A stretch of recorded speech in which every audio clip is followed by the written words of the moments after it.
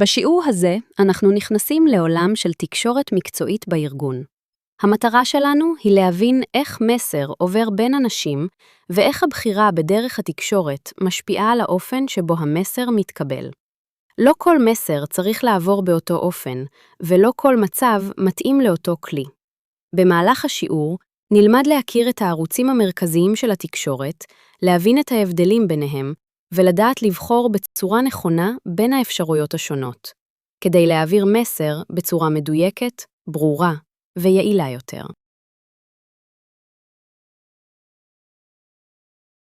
בעולם התקשורת המקצועית אנחנו עובדים עם 4 ערוצים מרכזיים: תקשורת מילולית, תקשורת בלתי מילולית, תקשורת כתובה ותקשורת דיגיטלית.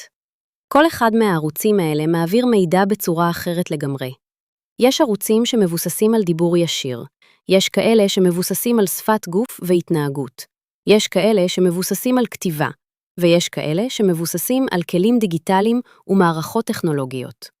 כדי לתקשר בצורה טובה יותר, אנחנו צריכים להבין לא רק מה אנחנו אומרים, אלא גם איך אנחנו אומרים את זה, באיזה ערוץ ובאיזה הקשר.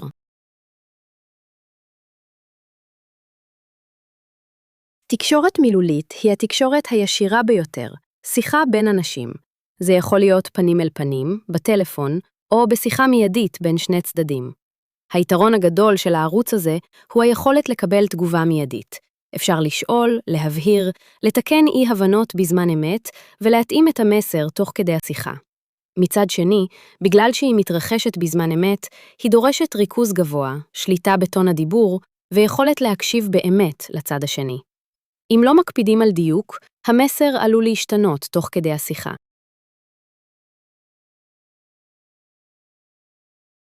תקשורת בלתי מילולית היא כל מה שלא נאמר במילים, אבל עדיין עובר בצורה מאוד חזקה.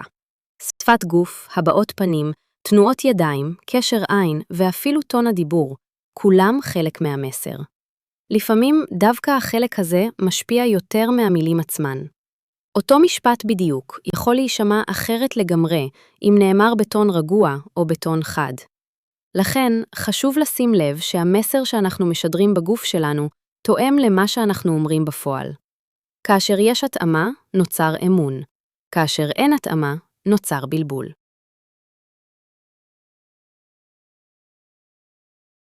תקשורת דיגיטלית היא כל תקשורת שמתבצעת דרך מערכות טכנולוגיות. זה כולל כלים כמו זום, טימס, צ'אט ארגוני, הודעות פנימיות ועוד. היתרון המרכזי שלה הוא מהירות ונוחות. אפשר לתקשר מכל מקום, לשתף מידע באופן מיידי ולעבוד בצורה מסודרת, גם בלי להיות באותו חלל פיזי. בנוסף, הרבה מהתקשורת הדיגיטלית מתועדת, כך שאפשר לחזור אחורה ולבדוק מה נאמר. מצד שני, חסר בה חלק מהניואנסים האנושיים, כמו שפת גוף והבעות, ולכן חשוב לדייק מאוד בניסוח.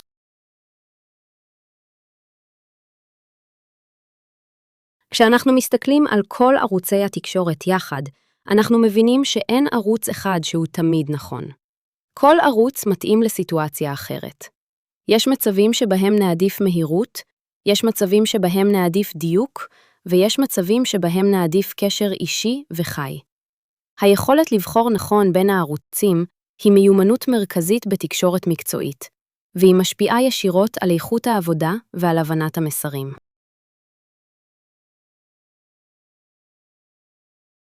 לתקשורת מילולית יש כמה יתרונות ברורים.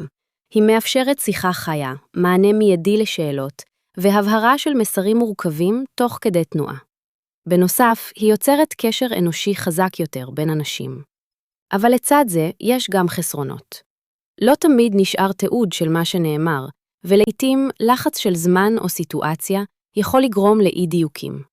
לכן חשוב לדעת מתי לבחור בה ומתי דווקא להשתמש בערוץ אחר שמאפשר יותר סדר ותיעוד.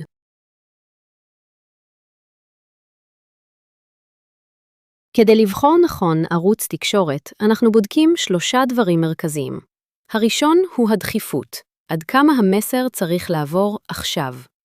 השני הוא מורכבות המסר, האם מדובר במידע פשוט או מורכב. והשלישי הוא הצורך במשוב, האם אנחנו צריכים תגובה מיידית או לא. השילוב בין שלושת הגורמים האלה עוזר לנו לבחור את הדרך הנכונה להעברת המסר בכל מצב.